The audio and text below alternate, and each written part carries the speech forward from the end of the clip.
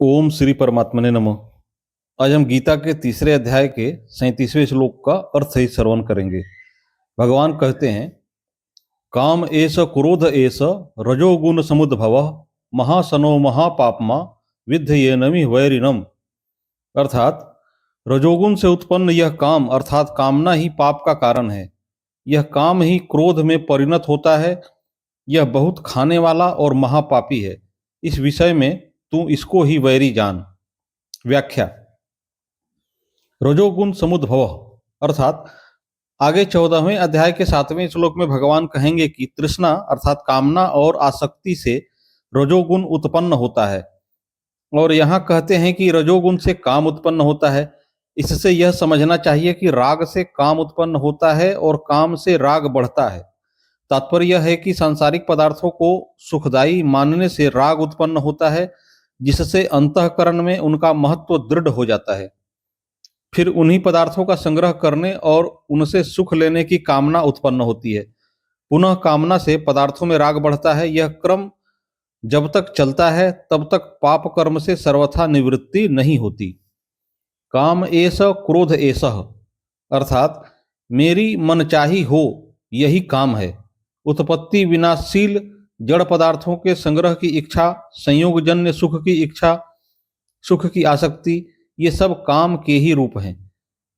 पाप कर्म कहीं तो काम के वशीभूत होकर और कहीं क्रोध के वशीभूत होकर किया गया दिखता है।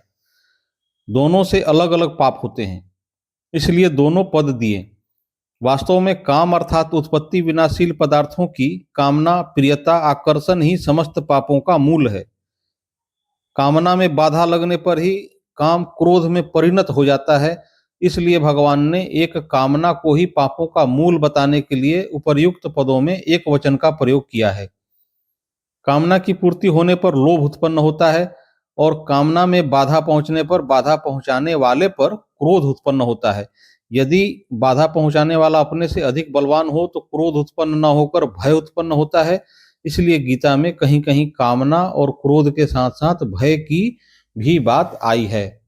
जैसे वितराग भय क्रोधा, चौथे अध्याय का 10वां श्लोक। कामना संबंधी विशेष बात। कामना संपूर्ण पापों, संतापों, दुखों आदि की जड़ है।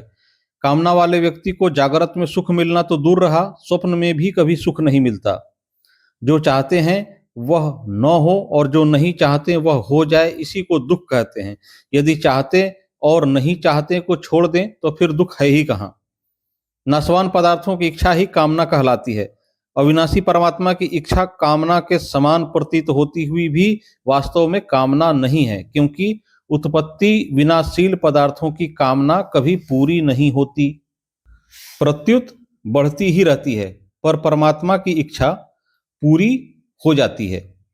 दूसरी बात, कामना अपने से भिन्न वस्तु की होती है और परमात्मा अपने से अभिन्न है।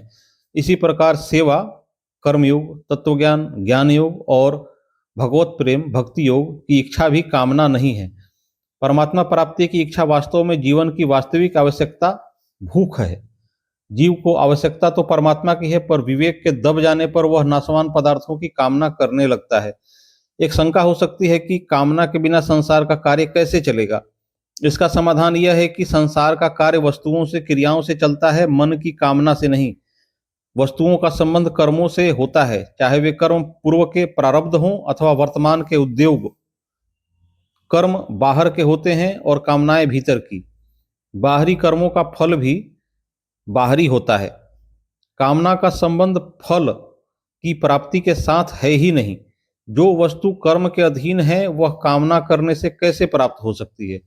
संसार में देखते ही हैं कि धन की कामना होने पर भी लोगों की दरिद्रता नहीं मिटती। जीवन मुक्त महापुरुषों को छोड़कर से सभी व्यक्ति जीने की कामना रखते हुए ही मरते हैं। कामना करें या ना करें, जो फल मिलने वाला है वह तो मिलेगा ही। तात्पर्य यह है कि जो होने वाला है वह तो होकर ही रहेगा और जो नहीं होने वाला है वह कभी नहीं होगा, चाहे उसकी कामना करें या ना करें। जैसे कामना ना करने पर भी प्रतिकूल परिस्थिति आ जाती है, ऐसे ही कामना न करने पर अनुकूल परिस्थिति भी आएगी ही। रोग की कामना किए बिना भी रोग आता है और कामना किए बिना भी निरोगता रहती है। निंदा अपमान की कामना न करने पर भी निंदा अपमान होते हैं और कामना किए बिना भी प्रशंसा सम्मान होते हैं। जैसे प्रतिकूल परिस्थिति कर्मों का फल है, ऐसे ही अनुकूल परिस्थिति भी कर्मों का ही फल है। इसलिए वस्तु परिस्थिति आदि का प्राप्त होना अथवा न होना कर्मों से संबंध रखता है, कामना से नहीं। कामना तात्कालिक सुख की भी होती है और भावी सुख की भी। भोग और संग्रह की इच्छा तात्कालिक सुख की कामना है और कर्म फल प्राप्ति की इच्छा भावी सुख की कामना है। इन दोनों ही कामनाओं में दुख ही दुख है, कारण कि कामना केवल वर्तमान में ही दुख नहीं देती, प्रत्युत भावी जन्म में कारण होने से भविष्य में भी दुख देती है। इसलिए इन दोनों ही कामनाओं का त्याग करना चाहिए। कर्म और विकर्म दोनों ही, विकर्म अर्थात निषिद्ध कर्म, कर्म और विकर्म दोनों ही कामना के कारण होते हैं। कामना के कारण कर्म होते हैं और कामना के अधिक बढ़ जाने पर विकर्म होते हैं। कामना के कारण ही असत में आसक्ति दृढ़ होती है। कामना न रहने से असत से संबंध विच्छेद हो जाता है। कामना पूरी हो जाने पर हम उसी अवस्था में आ जाते हैं जिस अवस्था में हम कामना उत्पन्न होने से पहले थे। जैसे किसी के मन में कामना उत्पन्न हुई कि मेरे को 100 रुपये मिल जाएं, इससे पहले उसके मन में 100 रुपये पाने की कामना नहीं थी, अतः अनुभव से यह सिद्ध हुआ कि कामना उत्पन्न होने वाली है। जब तक 100 रुपयों की कामना उत्पन्न नहीं हुई थी तब तक निष्कामता की स्थिति थी। उद्योग करने पर यदि प्रारब्धवशात 100 रुपये मिल जाएं तो वही निष्कामता की स्थिति पुनः आ जाती है, परंतु सांसारिक सुखासक्ति के कारण वह स्थिति ठहरती नहीं और नई कामना उत्पन्न हो जाती है कि मेरे को 1000 रुपये मिल जाए। इस प्रकार न तो कामना पूरी होती है और न पूरी तृप्ति ही होती है। कोरे परिश्रम के सिवा कुछ हाथ नहीं लगता। काम अर्थात सांसारिक पदार्थों की कामना का त्याग करना कठिन नहीं है। थोड़ा गहरा विचार करें कि वास्तव में कामना छूटती ही नहीं अथवा टिकती ही नहीं। पता लगेगा कि वास्तव में कामना टिकती ही नहीं, वह तो निरंतर मिटती ही जाती है, किंतु मनुष्य नई नई कामनाएं करके उसे बनाए रखता है। कामना उत्पन्न होती है और उत्पन्न होने वाली वस्तु का मिटना अवश्यंभावी है, इसलिए कामना स्वतः मिटती है। अगर मनुष्य नई कामना न करे तो पुरानी कामना कभी पूरी होकर और कभी न पूरी होकर स्वतः मिट जाती है। कामना की पूर्ति सभी के लिए और सदा के लिए नहीं है, परंतु कामना का त्याग सभी के लिए और सदा के लिए है, कारण कि कामना अनित्य और त्याग नित्य है। निष्काम होने में कठिनाई क्या है? हम निर्मम नहीं होते, यही कठिनाई है। यदि हम निर्मम हो जाएं तो निष्काम होने की शक्ति आ जाएगी और निष्काम होने से असंग होने की शक्ति आ जाएगी। जब निर्ममता, निष्कामता और असंगता आ जाती है तब निर्विकारता, शांति और स्वाधीनता स्वतः आ जाती है। एक मार्मिक बात पर ध्यान दें, हम कामनाओं का त्याग करना बड़ा कठिन मानते हैं, परंतु विचार करें कि यदि कामनाओं का त्याग करना कठिन है तो क्या कामनाओं की पूर्ति करना सुगम है? सब कामनाओं की पूर्ति संसार में आज तक किसी की नहीं हुई। हमारी तो बात ही क्या, भगवान के बाप दशरथ जी की भी कामना पूरी नहीं हुई।